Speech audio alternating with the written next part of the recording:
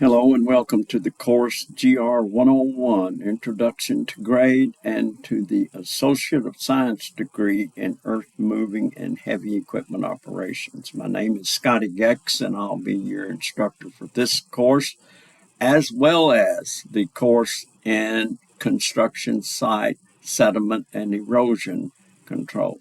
But right now we're going to focus on the Introduction to Grade course.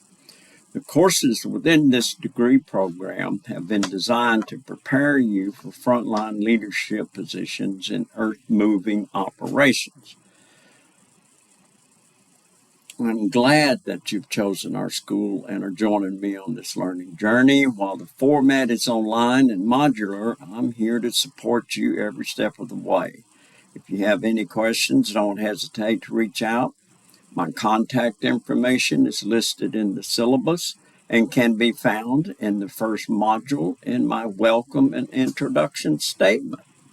Don't forget to read that overview in the first module. It'll give us a clear understanding of what site prep is all about. Now, my little arrow is pointing to the home page, which you have been looking at since I started talking. Now we're going to talk about the home page of the course, Introduction to Grades, Winter 2025.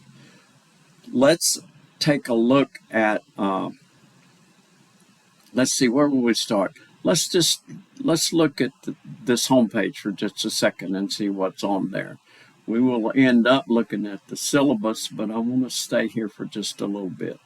Notice that on the home page, you have the name of the course, you have a link to the syllabus, you have a link to the course calendar. Do not use the course calendar because it doesn't work well in Canvas and what we're trying to do with our program. So our program is, the format is modular. That means we have week 1, 2, etc., all the way through week 10. So a module is a week, and we'll get to that in just a minute, a little bit more detail. I just don't want you to rely on the course calendar. When you finish week 1, the next week you will do is week 2. So the required material is the textbook. And I use Excavation and Grading Handbook, which has been ordered for you. It's by Nick and his father, Nick the father and John the son, Capacci. This handbook has been around for ages. It is old school, but it's good school. I learned a lot just from carrying this old, used to be a small, like a small book so you could carry it around. But it's got a lot of information in it, and we will refer to it often. This is the ISBN number for that book there. So let's get back, if we can, to the home page. Voila, there we are at the home page. So announcements. Now, those are things I want to say from time to time. A lot of times at the beginning, and probably especially in this course is peculiar in a way that it's a bit abstract, and it's going to be, the concepts will be new. Just remember, sometimes it seems a little difficult to understand, but it's just different. It's new.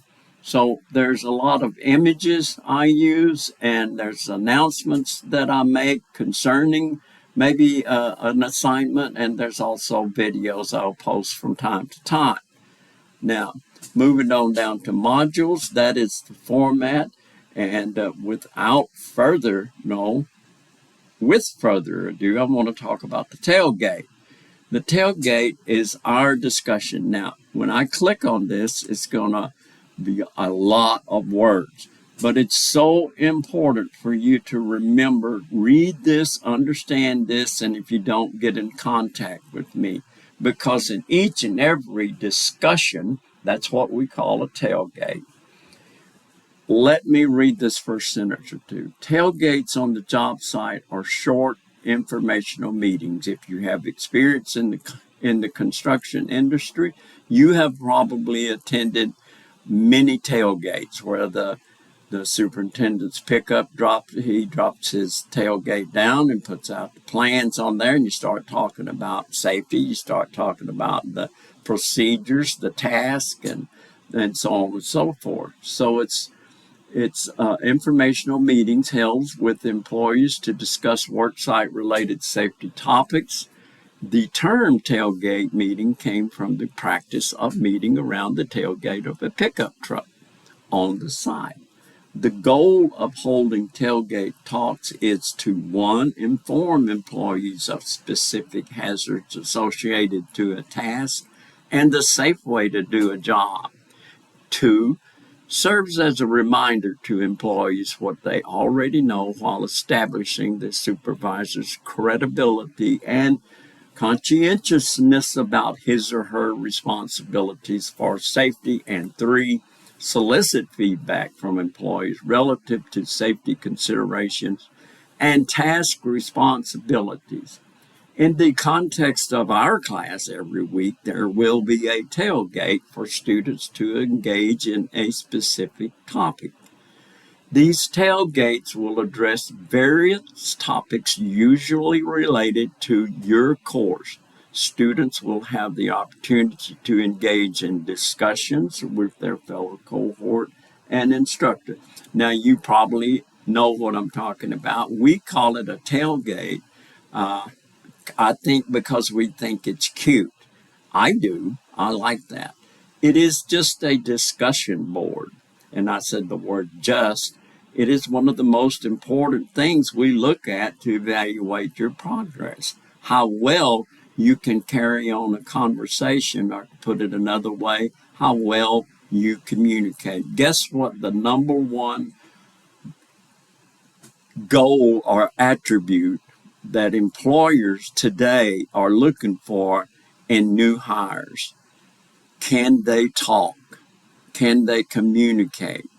We have lost the art of communications, and we have been overwhelmed with texting and other easily accessed platforms. So we will learn how to talk to people that we don't know. We don't know anything about them. We will learn how to explain ourselves. We will get some refreshing courses on grammar, and I will call you out on not using I as a capital and such things at that. But mainly I'm looking for understanding. I want your response to not tell me what's in the tailgate or the discussion. I want you to explain it. Remember the rules. I have a rubric that is set up just for our tailgate. And it requires at least 3 responses. I grade you on those 3 responses, and you can see them highlighted. Your initial post must be submitted by Tuesday at 11:59 p.m. Central Standard Time. Your first of 2 responses or replies to another student must be submitted by Thursday at 11:59 p.m. Central Standard Time. I pointed that out because I live in Central Standard Time, and that is the time I will be using. You can adjust for that relative to where you live. So we need to follow this rule. We need to follow these suspense days and times so we don't all wait until 10 minutes before midnight on the day that they are due. So we spread them out on purpose. Now, I'm not going to read this all through here, but it's worth reading because it goes into what I'm going to expect you to, how I want your responses to be. Look at this one thing down here highlighted where it's emboldened. It says questioning to determine thought and reason to gain a better understanding and contribute to knowledge. So your reply should go beyond curiosity to, for example, how did you come up with this conclusion? Or I disagree because.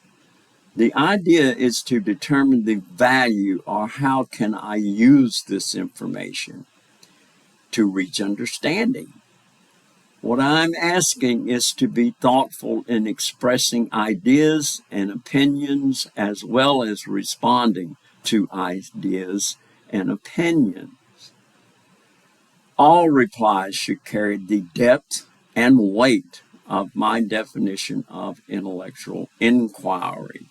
So that's that little sentence that is in bold and up there and highlighted. So read over this. Here is what a lot of people do. And I want to nip this in the bud. This is the order that you will process these before you respond. I want you to think before you act. In other words, when you are starting to write your initial post, I want you to think about what you're going to say. Even maybe outline it. What are the key points you want to make?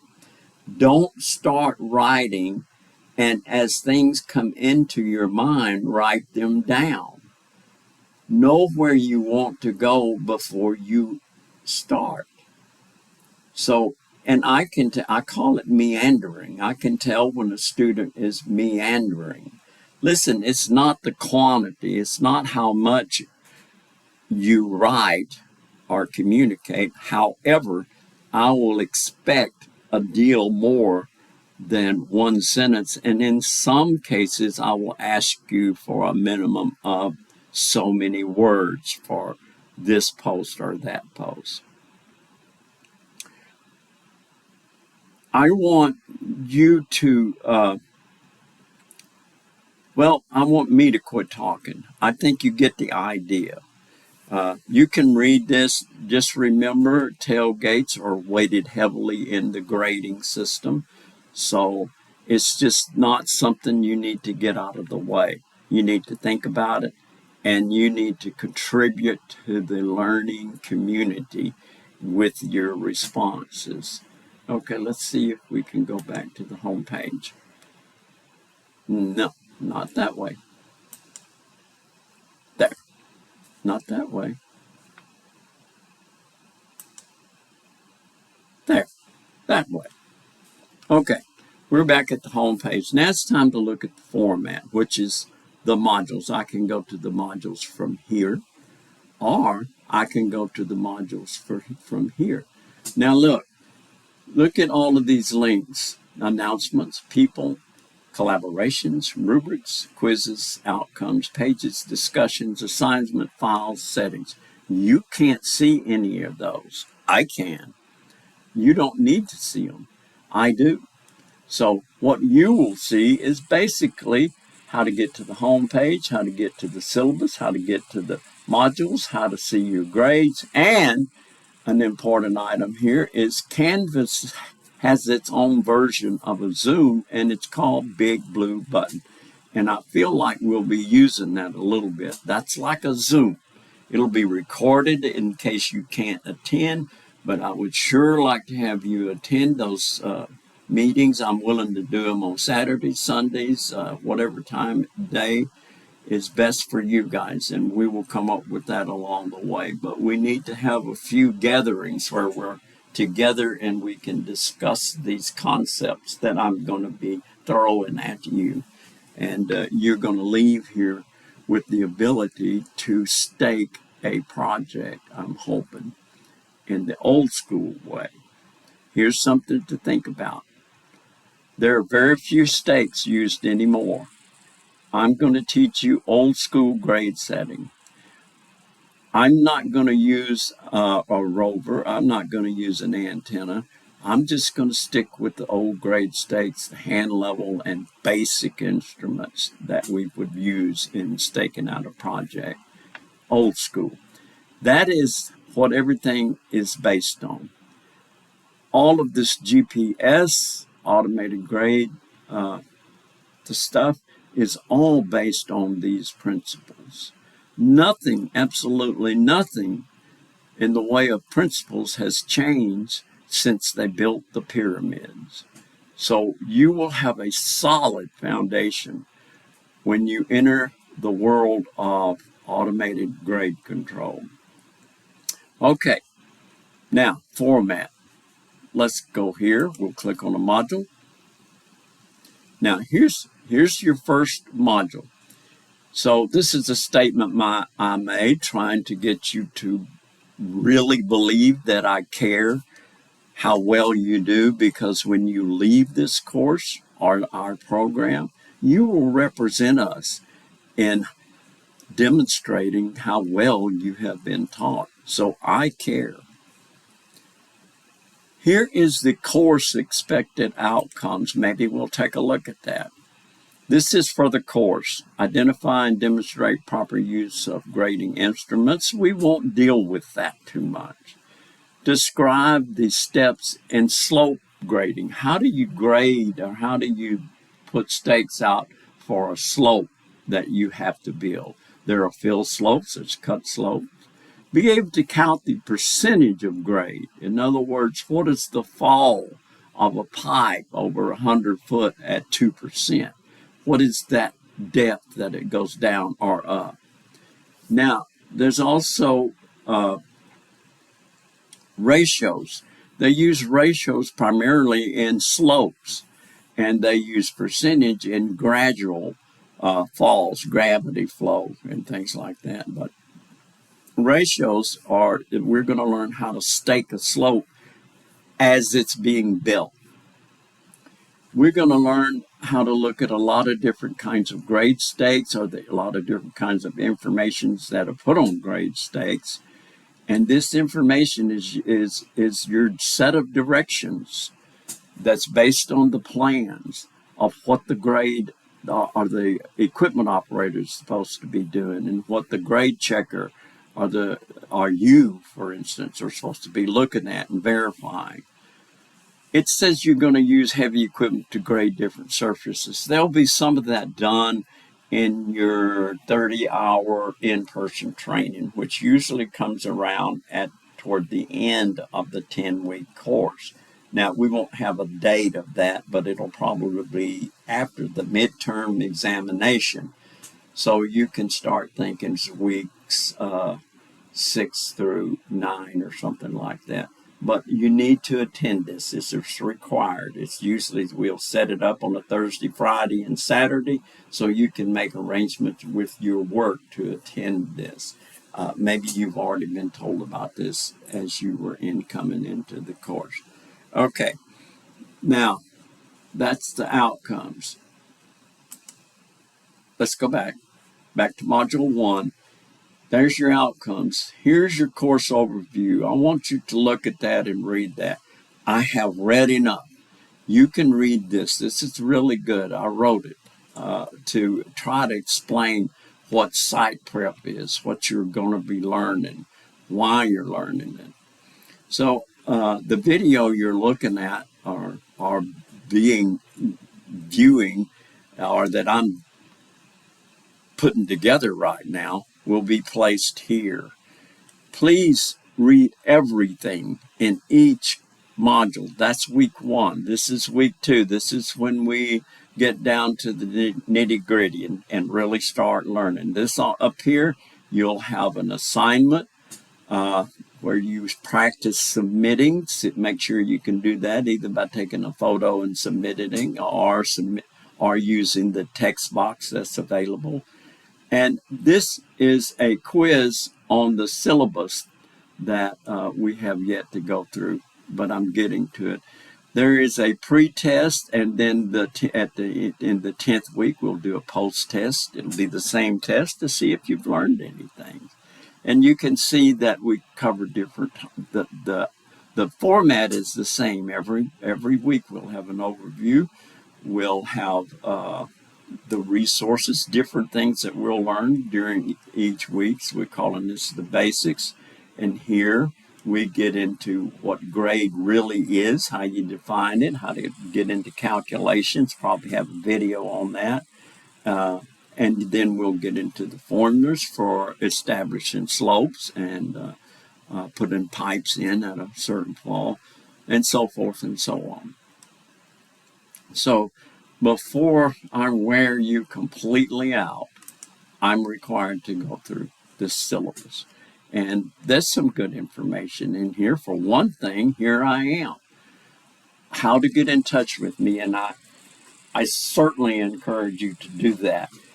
Do not sit around at your house stumped and not understanding my directions or not understanding the problems. Give me a call. Not at 3 o'clock in the morning, but if I'm usually around at 8 at night. I'm around after you're off work. I'm around on weekends, because I know you're working full time.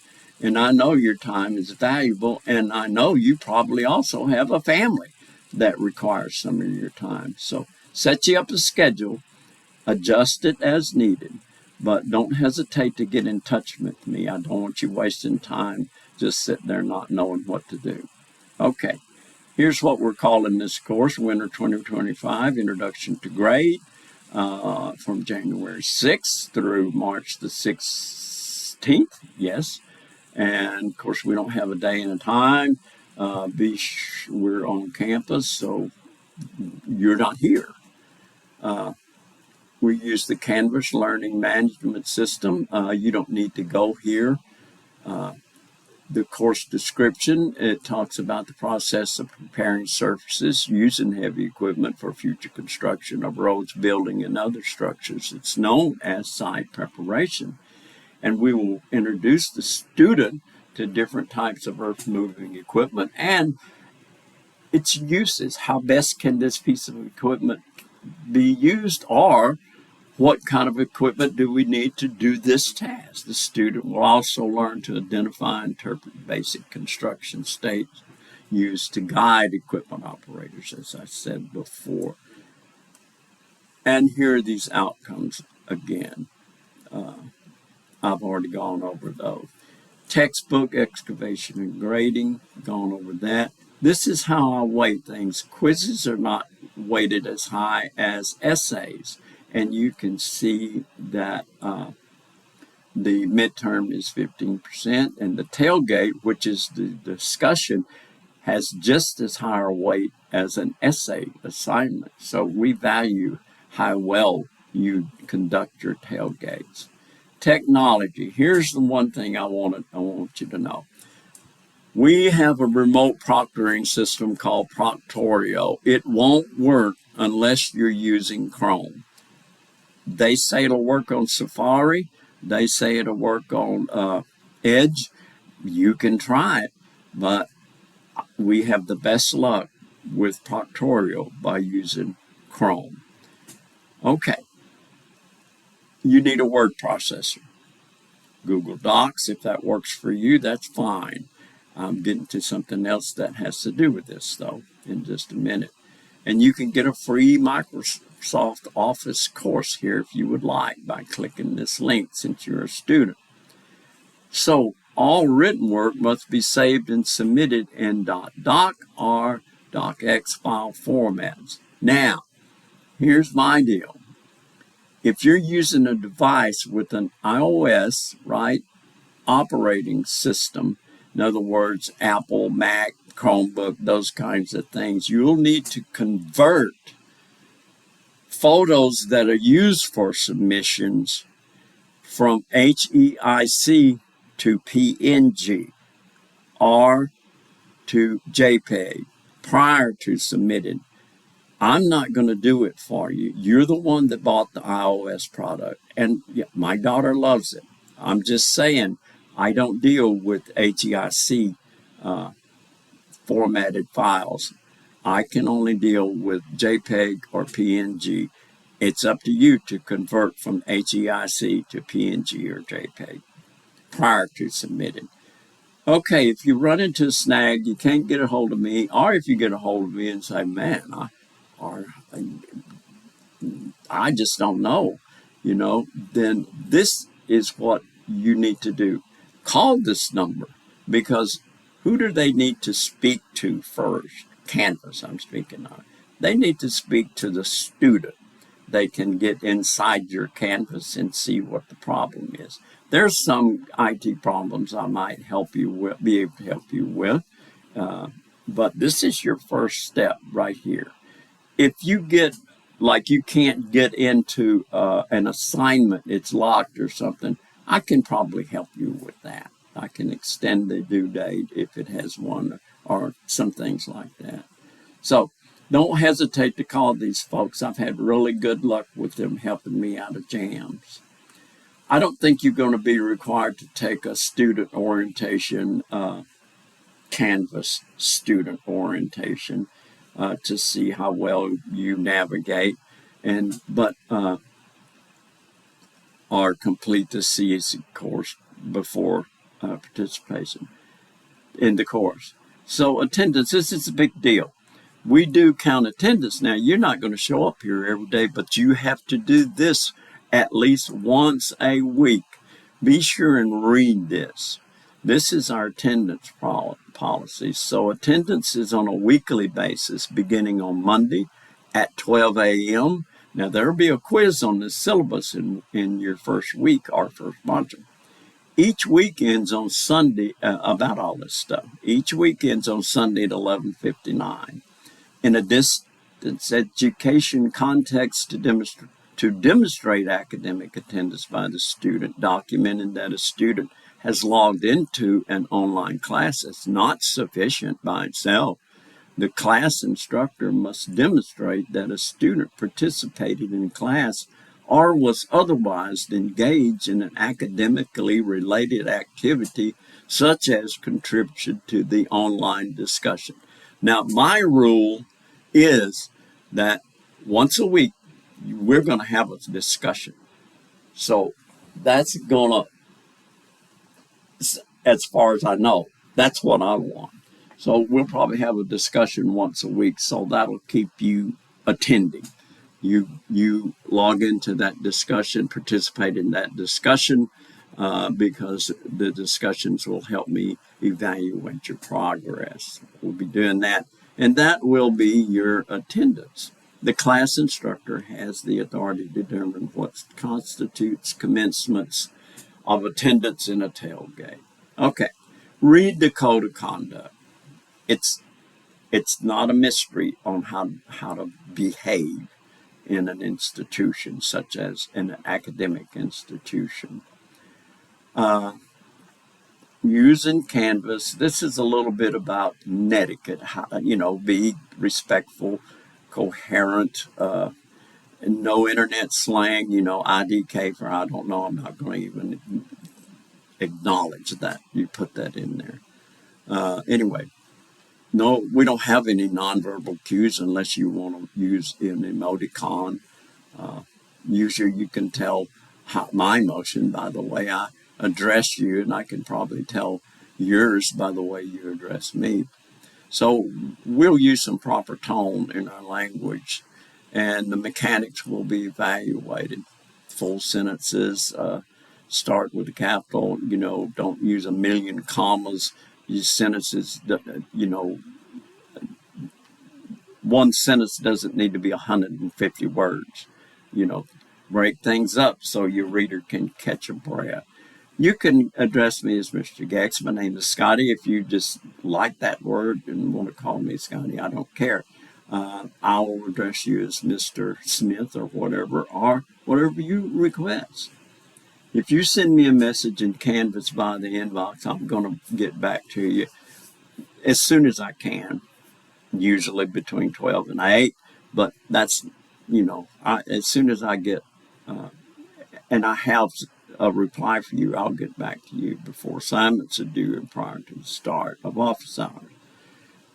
Testing. It says makeup tests will not be accepted. However, I have a little asterisk, and I put the little asterisk here, and it says if you have work-related or family-related issues that will interfere with the testing date, let me know in advance so I can request an exception if it is warranted.